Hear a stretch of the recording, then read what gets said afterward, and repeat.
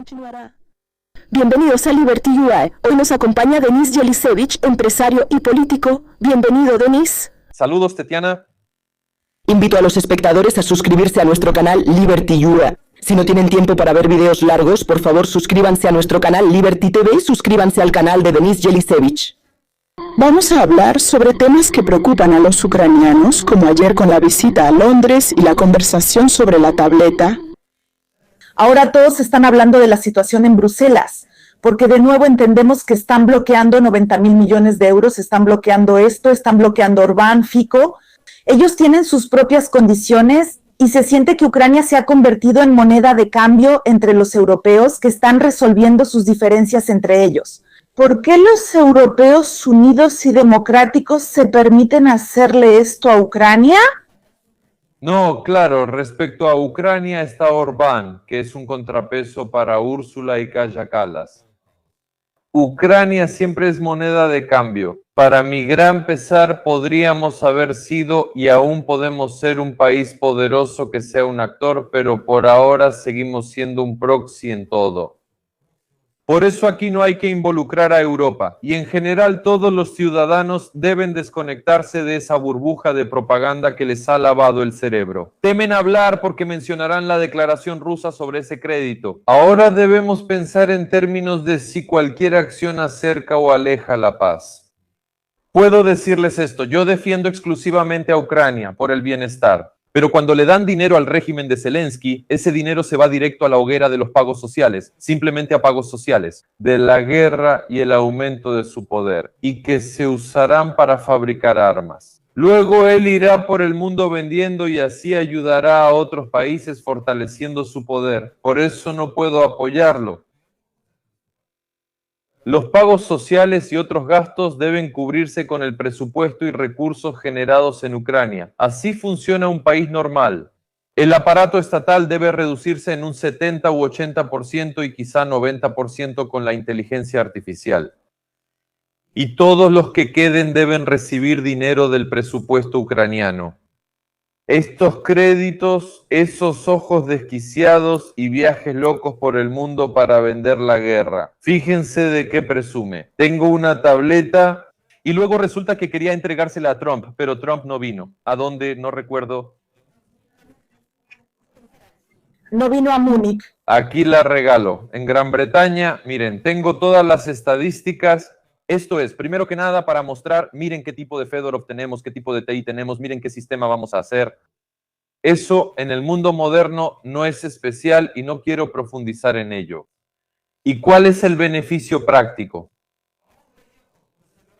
Una persona que suele estar en Washington me compartió un canal de Telegram nuevo llamado Protocolo 380. Ahí está escrito que Zelensky hizo ese viaje con el objetivo, como se dijo, de obtener apoyo para salir de las negociaciones y alejarse de Trump.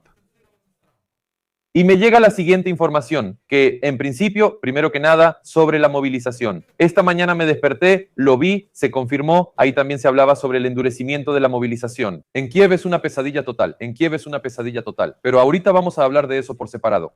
Según entiendo, él quiere usar la inteligencia de Gran Bretaña y Francia, pero Trump lo va a desconectar de esa inteligencia. Esta guerra se libra casi solo con drones. Zelensky ahora necesita defensa aérea, drones y sobre todo personas para arrojarlas al horno de la guerra. Y a él, en principio, ya no le hace falta mucho más de Estados Unidos, ya que no aporta tanto y la OTAN no nos vende muchas armas ofensivas.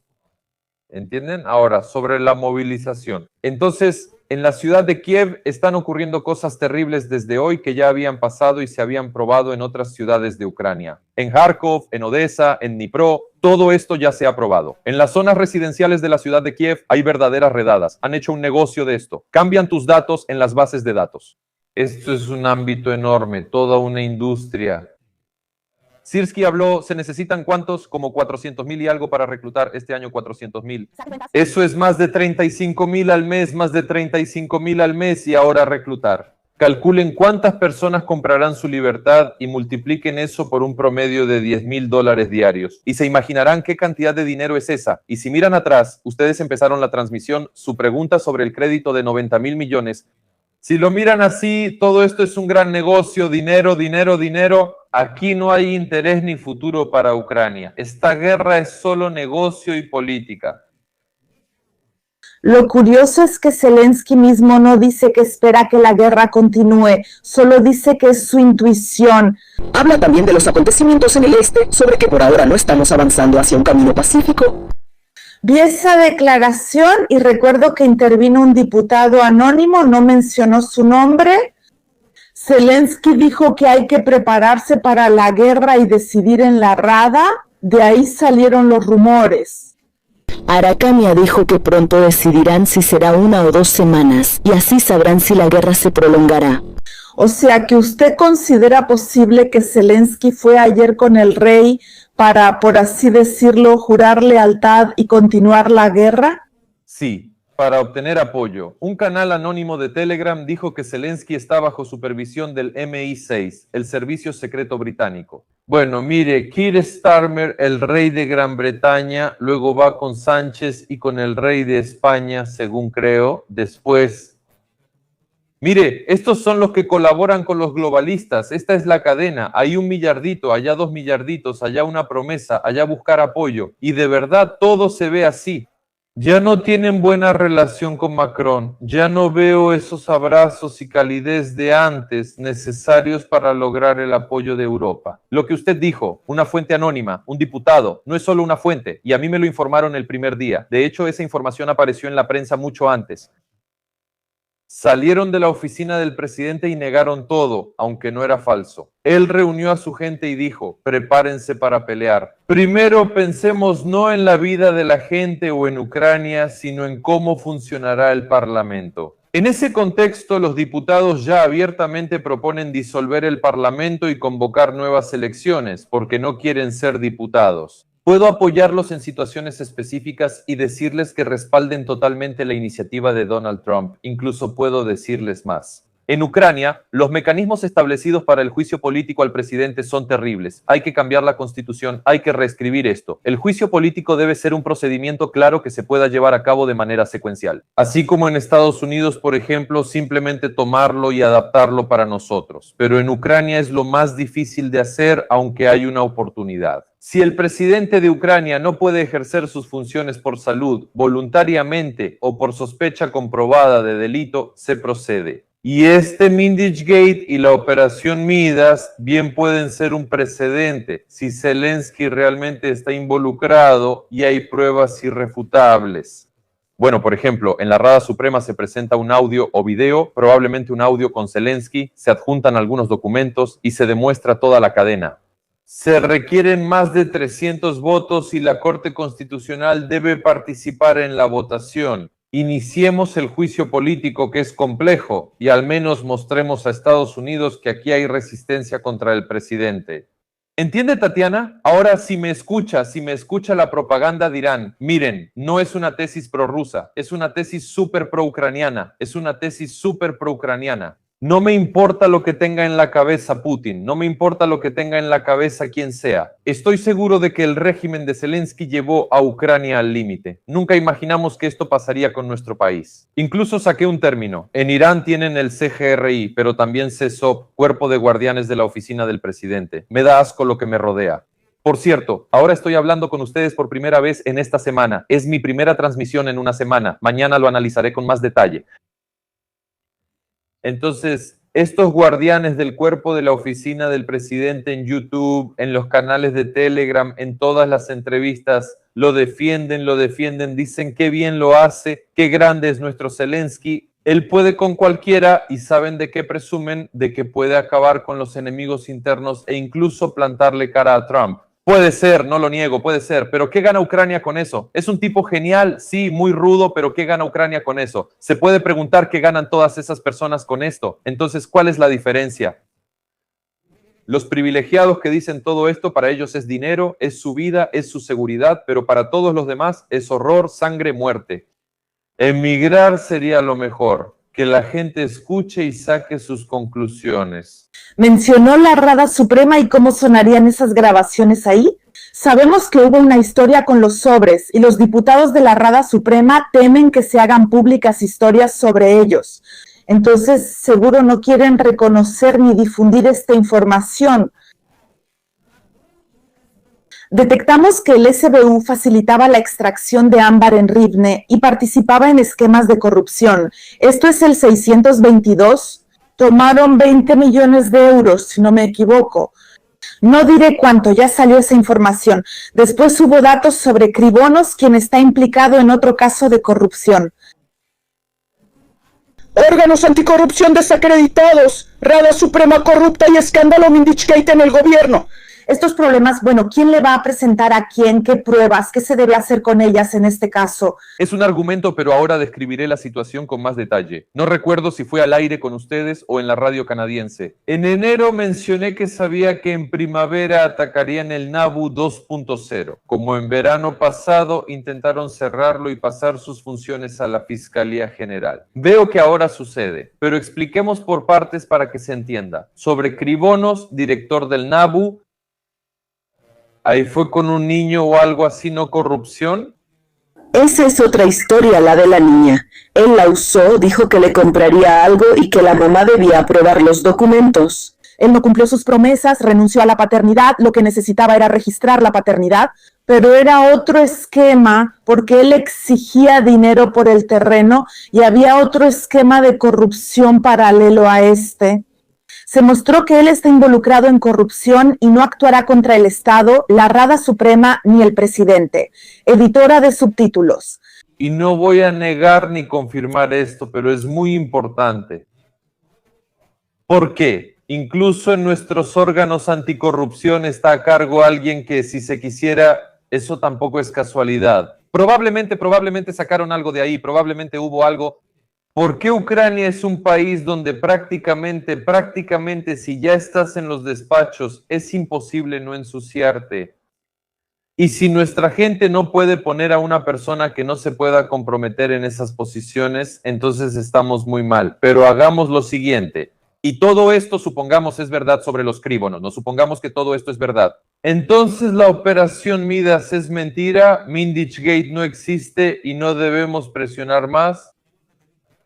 ¿Entiende? Es como cuando hablamos de Bonabank. Si esa señorita fuera la última Batnik, ¿eso permite violar sus derechos después? Sí, aunque sean los Krivonos, todo sobre él será verdad. ¿Eso implica que la NABU no deba actuar, ni hacer contrapeso a Zelensky, ni investigar corrupción? Así debería pensar la gente. Por supuesto, miren, no es lo mío, incluso encabezaría la NABU porque así no inventarían nada, pero no es lo mío. Eso no es lo mío, prefiero lo constructivo. Ahí se requiere otro tipo de persona. Ahora mencionaste a los diputados en el Compromat.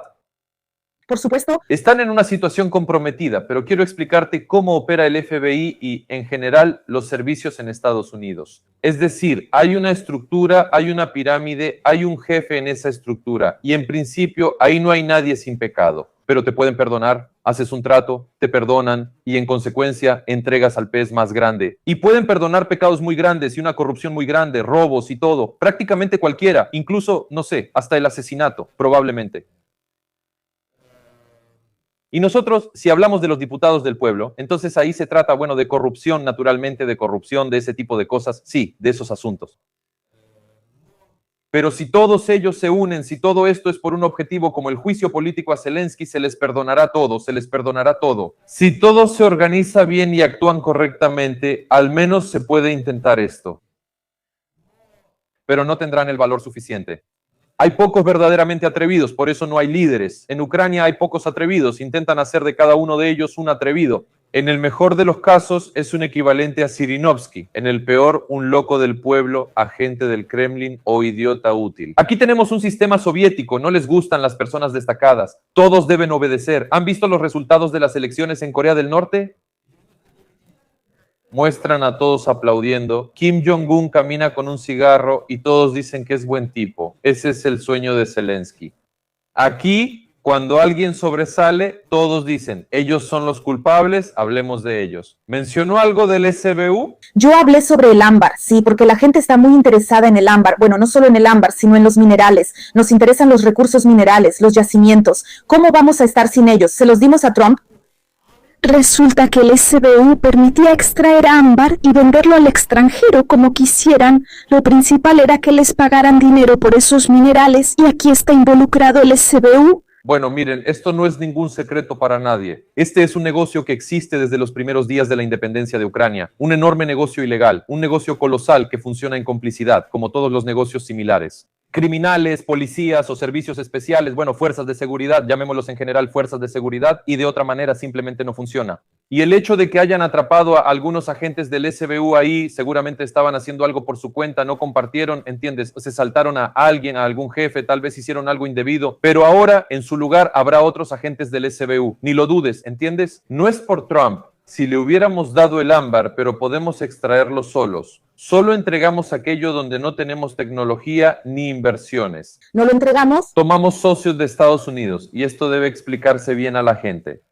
Entonces no robarían el ámbar, ¿entienden? Si Estados Unidos extrajera ámbar en Ucrania, entonces no robarían el ámbar. Les adelanto lo que firmaron con Trump y Estados Unidos. Trump ya no será presidente cuando comience la verdadera explotación allí. Por eso la gente debe entender esto. Si quieren algo estatal, aquí está el ámbar como ejemplo de lo estatal. A Ucrania, no sé, Dios, la naturaleza la dotaron de esta característica, sí, de un recurso mineral nada barato. Bueno, esto es lo que vemos ahora. No pudieron manejarlo. Usted dice que para un juicio político al presidente se requiere unidad de los diputados, pero ni siquiera logran unirse para cancelar las acciones de los centros de reclutamiento. Masurashu habla de esto, no sé si en serio. Kamilchuk también lo menciona, a veces dice que está bien, otras que está mal, que es victoria o traición. Al menos ya se discute. No pueden unirse ni siquiera en torno a esta cuestión que no es tan complicada. ¿Cómo van a poder unirse para un juicio político? Continuación. Miren, la mayoría de los diputados, no quiero generalizar ni acusar a todos, pero la mayoría de los diputados tienen sus propios patrocinadores y jefes que básicamente les dicen, haz esto, aquí resiste y así sucesivamente. Por eso estos jefes o los diputados sin dueño, los diputados del pueblo sin dueño, pueden, por ejemplo, ponerse en contacto conmigo.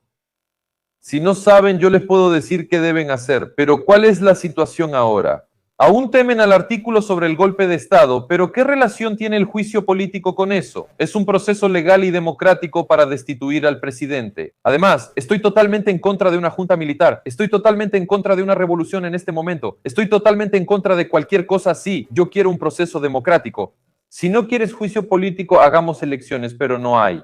Entonces, en Estados Unidos el juicio político es común, en otros países también. Tenemos un zar o ayatolá que ocurre, por eso, ¿entienden? Esto puede parecer romántico para alguien, pero hay que abrir la historia, leer. Hay momentos en la historia de un país cuando hay que tomar acciones históricas. Y de alguna manera, ese fajo de dólares que todos amamos, bueno, hay que metérselo donde ya saben y pensar en otra cosa, al menos por un tiempo, y luego todos volveremos a eso. Vivimos un momento histórico y quiero decirle algo importante a la gente. Esto me hizo reflexionar. En Irán hubo una revolución islámica en los 70. En ese tiempo gobernaba el Shah, era pro-occidental, aliado de Estados Unidos e Israel, todo estaba bien. Pero él tenía un servicio secreto, ya no recuerdo cómo se llama, que reprimía a la gente, suprimía cualquier oposición. En principio era mejor que con los ayatolás, pero no había democracia. Y luego llegaron esos ayatolás que derrocaron al Shah, llegaron esos ayatolás y fue un desastre total. Y miren, es un país hermoso, Irán, gente maravillosa. Llevan 45 años sufriendo, desde el 79 y antes también. Pero era mucho mejor, aunque no perfecto. ¿A qué viene todo esto que les cuento? Si en Ucrania permitimos algo similar, digamos, ¿no? Si ya lo permitimos y dejamos que crezca, entonces Ucrania puede estar en el horror durante 45 años. En Irán, los ayatolás todavía gobiernan hasta hoy. O sea, a lo que voy es que no importa qué tan hermoso sea el país, qué tan maravillosa sea la gente, si perdemos, si no aprovechamos algunas oportunidades que en principio tenemos, simplemente podemos perder Ucrania. Sorprende que la gente no proteste contra el régimen de los ayatolás. Matan a unos y otros los reemplazan, y este proceso seguirá. Unos ayatolás reemplazan a otros, porque no cuentan con el apoyo popular. ¿Por qué la gente sufre si es que lo hacen? Ahora pueden cambiar el poder, pero no lo hacen. Al contrario, se unieron alrededor de los ayatolás. Dicen que los estadounidenses quieren hacernos daño, que debemos estar unidos. Eso lo dicen los ayatolás, no la gente. Ellos dicen que hay que unirse. La gente no sale por dos razones. Primero, ya mataron a 40,000 personas en protestas anteriores. Segundo, ahora están volando misiles y en esos momentos no se protesta.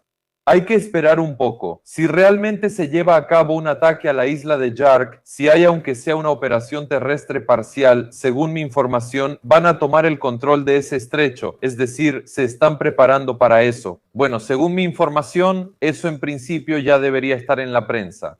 Esto ya se discutió, ahora se preparan, antes solo era privado. Si todo esto sucede, quizás llegue el momento en que la gente deba salir, pero en Ucrania la gente no sale por ciertas razones. Aclaro que no llamo a nadie a salir, hay ley marcial y la gente aquí tiene miedo. Las mujeres pueden ser una fuerza impulsora, pero los hombres no por los centros de reclutamiento. Siempre la ciudad de Kiev ha estado al mando y todo inicia ahí, pero ahora hay una movilización reforzada. El régimen de Zelensky va a reprimir constantemente. Pero yo no he llamado, no llamo y no llamaré a otros métodos, solo a los democráticos, como protestar, influir, expresar su descontento. Y la gente debe reflexionar sobre esto. Por favor, compartan el video, denle like y suscríbanse a nuestro canal y al de Liberty TV. Si desean ver clips del video, queremos su opinión sobre el estrecho de Hormuz. Para capturarlo es necesario... Trump pidió que los países de la OTAN se unieran a esto. Me interesa su opinión.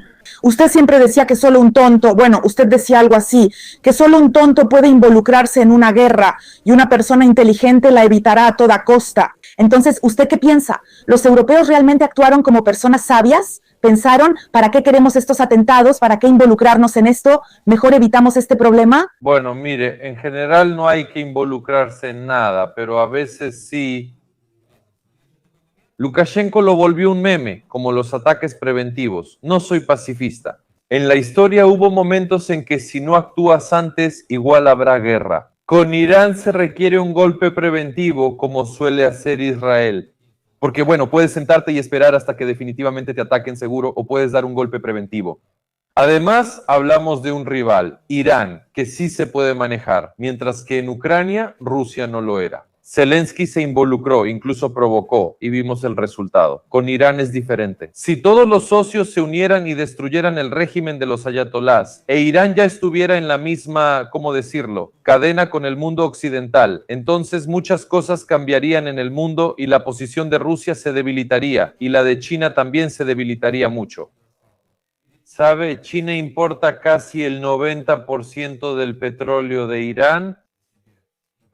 Por eso todo es muy complicado, pero la gente no debe mezclar todo esto en un solo montón. Mire, Trump como un camino. Todo esto es diferente, todo es distinto y todo es diferente. Hay que analizar más a fondo. Vemos que Irán resiste y si bloquean el estrecho de Hormuz, tampoco se quedará al margen. Van a usar sus armas. Si capturan esta isla de Kark, desde donde cargan los tanqueros, cargan el petróleo ahí porque la profundidad es adecuada y esos tanqueros pueden acercarse para transportarlo a través de ese estrecho. Si Estados Unidos reclama la isla, los iraníes también pelearán, así que ese petróleo no será de nadie, ni de estadounidenses ni de iraníes. No, los ayatolás lucharán hasta cierto punto, definitivamente. Mire, a un gobernante lo eliminaron, a otro también, y aún así siguen siendo una estructura altamente organizada. Quizá fue subestimado, pero es una estructura muy poderosa. Pero ahora la situación es tal que no se puede simplemente irse, hay que llevarla a una conclusión lógica, y ya que existe esta situación, hay que actuar.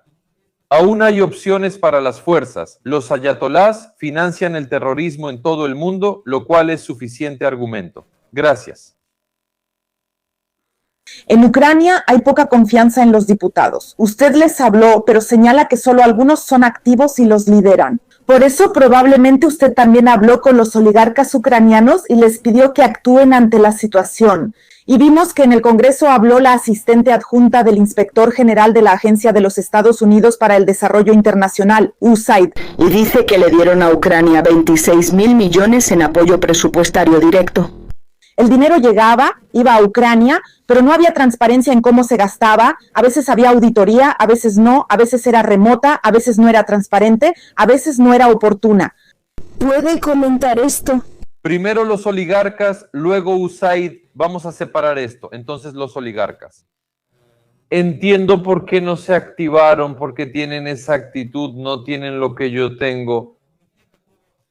No entienden que debemos hacer una pausa por algo mayor. Hay momentos en los que yo también preferiría no ocuparme de esto.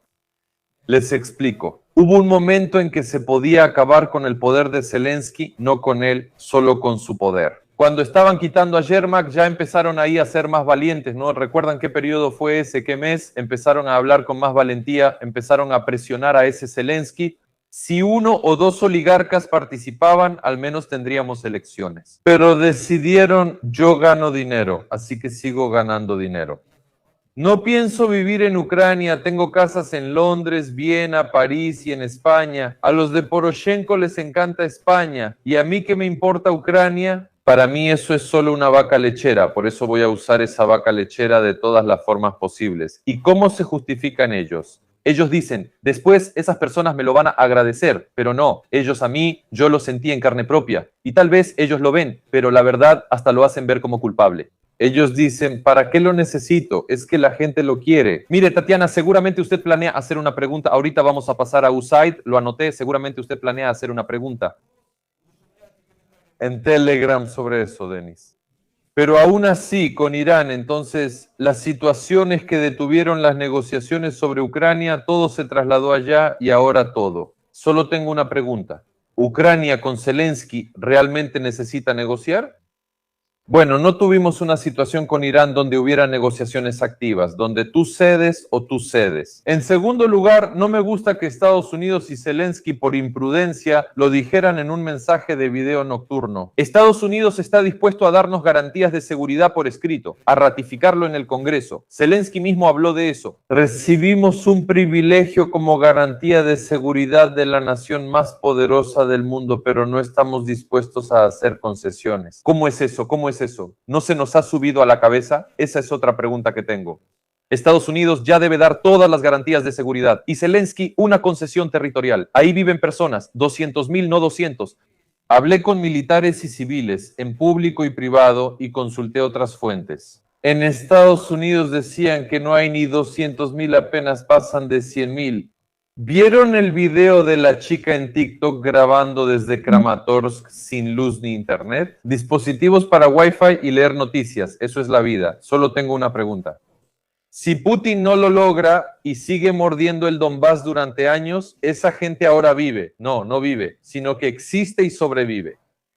Eso aplica para todo con Rusia. Hay que sentarse y resolverlo ahora. Sin dejar ningún absceso, hay que resolverlo todo. ¿Entienden? Por eso termino la sección blog prioridades. Nuestra prioridad definitivamente es la negociación pacífica, pero no estoy seguro de eso. También hay que cambiar todo hacia la guerra con Irán. USAID, 26,000 millones, leí un informe oficial para el Congreso. Continuará. ¿Y qué hay de la intervención de Sterback en el Congreso? La auditoría de marzo es pan caliente, información fresquísima. La leo y se me salen los ojos. No, el esquema es primitivo, pagos dobles y triples, ¿entienden? O sea, la persona afectada y allá hacen trampa y le pagaron.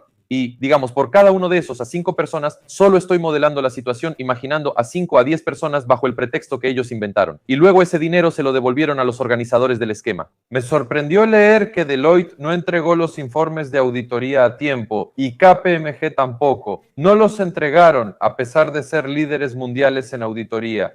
Es un esquema enorme de miles de millones de dólares, un trozo del pastel que muchos se repartieron y devoraron y quieren seguir devorando. ¿Recuerdan que me pronuncié contra USAID y ya habíamos hablado y transmitido sobre eso? ¿Y cómo se me echaron encima casi llamándome idiota? Esto es medicina, los ucranianos la apoyaban. ¿A la cultura? Ayudaban a la cultura, eso es una tontería total. La cultura vergonzosa debe mantenerse por sí misma, o existe o no existe. Sí, ayudaron a alguien con temas médicos, pero 10 se robaron en el proceso. ¿No podría el gobierno encargarse solo de esto sin decidir a quién ayudar? Y no, resulta que no. Bueno, ese es un tema largo.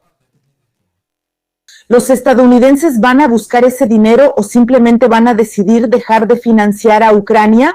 Trump afirmó que no darán más dinero y solo perdonarán la deuda. ¿El pueblo ucraniano tendrá que pagarla o qué pasará? Pero pongan atención, Trump comentó que recientemente fue el día de San Patricio en Estados Unidos, vino de Irlanda y ahí estaban, y Trump dice: Biden destinó entre 350 y 400 mil millones de dólares a Ucrania y es necesario saber dónde está ese dinero. Al día siguiente la prensa habla de la USAID. Aquí todos saben y todo está, se envían señales, pero Zelensky no es quien responderá. 1, 2, 3, tomaron los furgonetas con dinero y oro, se los llevaron y publicaron la información. Ahora que saben la información, recordé a Orbán y que ese canal que mencioné también la está publicando, como ya me habían dicho.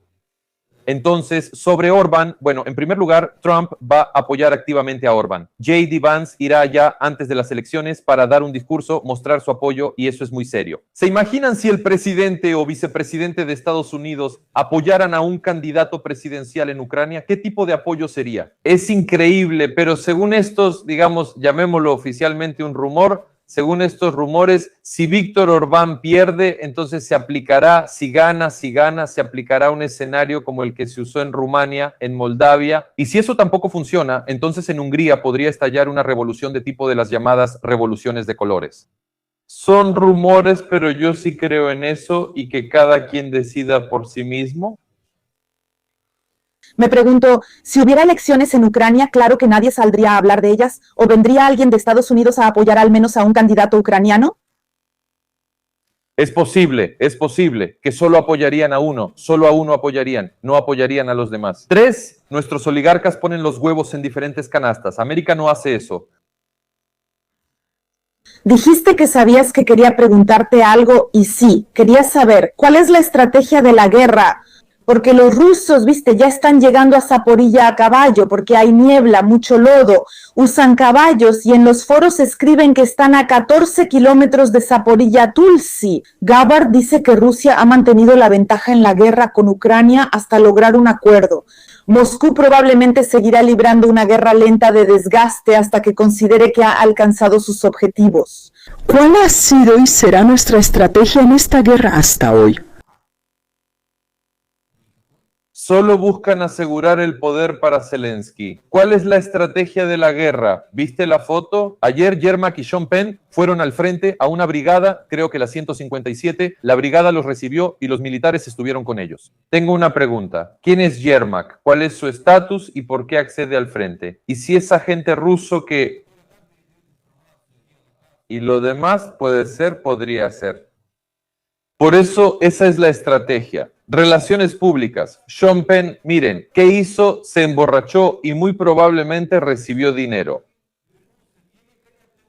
Aunque ahora tiene problemas, pero de todos modos, al fondo está nuestra magnífica ciudad. Y allá la guerra continuó, y esos muchachos se quedaron bajo bombardeos, y nuestro país bajo bombardeos. Y ahora otra cosa, si ponen atención a los canales anónimos de Telegram afiliados a la oficina del presidente y los medios, todos esos canales controlados, molestos, yo diría incluso apestosos, todos ellos, según ellos, casi tenemos un contraataque exitoso, piensan que estamos contraatacando, que estamos avanzando, pero si ves Deep State, las cosas van cada vez peor. Sobre Tulsi Gabbard, lamentablemente lo vi, salió la traducción en su canal. Recomiendo ver su discurso. Durante los 20 minutos que duró, aclaró que no era su opinión ni sus palabras, sino que hablaba como directora de una agencia de inteligencia. Explicó que la comunidad de inteligencia reúne diversas fuentes, analistas e incluso inteligencia artificial que ahora usan activamente para procesar la información. Y Tulsi Gabbard, simplemente como funcionaria, como le corresponde, salió y lo anunció, y ella lo dijo claramente: Rusia está ganando. Si se dice que Rusia tiene la ventaja, significa que Rusia está ganando. ¿Podría haber sido diferente considerando los recursos? No, no podría. Y ahora miren, ahora atención, Tatiana, tú y los espectadores. Si las negociaciones se realizan en 1 o 2 semanas, ¿crees que Rusia tendrá una posición más fuerte o más débil que hace 3 semanas? Más fuerte, ¿por qué? Porque hay una guerra en Irán. Sí, a corto plazo subieron los precios del petróleo y Rusia fortaleció sus finanzas. ¿Más fuerte o débil? ¿Por qué lo menciono? No lo digo porque, ya saben, yo esta guerra, bueno, ¿cómo decirlo? La apruebe o no, esté bien o mal, probablemente yo apoyo esta guerra. Yo diría que el derrocamiento de los ayatolás era la meta, pero en realidad Putin recibió más dinero y se fortaleció en esta guerra. ¿Quién tiene la culpa de que esto se alargara hasta ahora? Pudimos terminar la guerra en enero o febrero, ¿por qué no pasó? ¿Qué tiene que ver la guerra aquí, Tatiana? Ya es el 5º año de guerra, piénsalo. La gran guerra patria duró menos. Pudimos evitar esto, pero llegamos hasta aquí. Por eso, cuando estas negociaciones se lleven a cabo, si es que se llevan a cabo, si Zelensky realmente no planea salirse de ellas, aunque la verdad, si llega a salirse, creo que será después de la siguiente ronda. Por decencia, debemos hacer esta ronda, ya que se acordó previamente.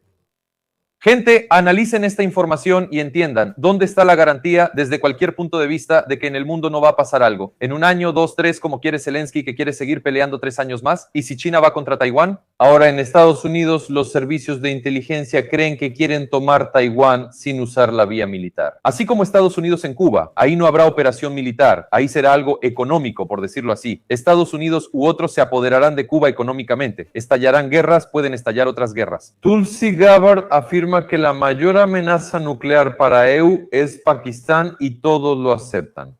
¿Y quién garantiza que en 1, 2 o 3 años con tantos cambios y la inteligencia artificial todo siga igual? Por eso, alargar la guerra implica menos gente, territorios, vidas, salud y todo lo demás. Nuestros suscriptores lo comprenden, comentan bajo cada video que lo entienden y desean la paz. El problema es que el gobierno hace lo que quiere y no cambia, nadie nos pregunta. Dicen que una movilización justa implica que quienes no han arriesgado su vida, como blogueros y activistas, incluyendo recientemente a Mosichuk, están evadiendo su deber y no van al frente. Dicen que estos tigres se postularán como diputados patriotas. No pueden entrar porque no defendieron al país, pero ¿a quiénes movilizaron a otros en contra de su voluntad si se les permite? A Yermak se le puede permitir y a Mindich dejar regresar y devolverle la ciudadanía si la perdió. O ese ministro de energía corrupto que está con él, Galushchenko, o como se llame, ustedes entienden, o el voluntario corrupto, también hubo un escándalo ahí. Yo simplemente veo por la audiencia, incluso aquellos que están en mi contra, que hicieron un poco de alboroto, ellos lamentablemente necesitan que se les traiga todo en bandeja de plata. Y ya como un hecho consumado, miren. No es tan simple. Al final todo se reduce a eso. Cada quien. Y las finanzas siempre están unidas, conectadas. De eso se trata la guerra, de eso se trata la guerra ahora. Es difícil ver una perspectiva de paz. No hay muchas esperanzas en el Parlamento, así será. Pronto transmitiremos con Marina Stanichuk y le preguntaremos cómo actuarán los diputados, pero ella cree que no lo harán. Tienen métodos, pero no los usan. La gente también está sin derechos. ¿Le preguntarás a Stanichuk sobre el juicio político? Me interesa su opinión como especialista. Bien, por supuesto. Gracias por unirse a nosotros. Por favor, gente, suscríbanse a nuestros canales, denos un me gusta, compartan nuestro video. Hasta la próxima. Gracias.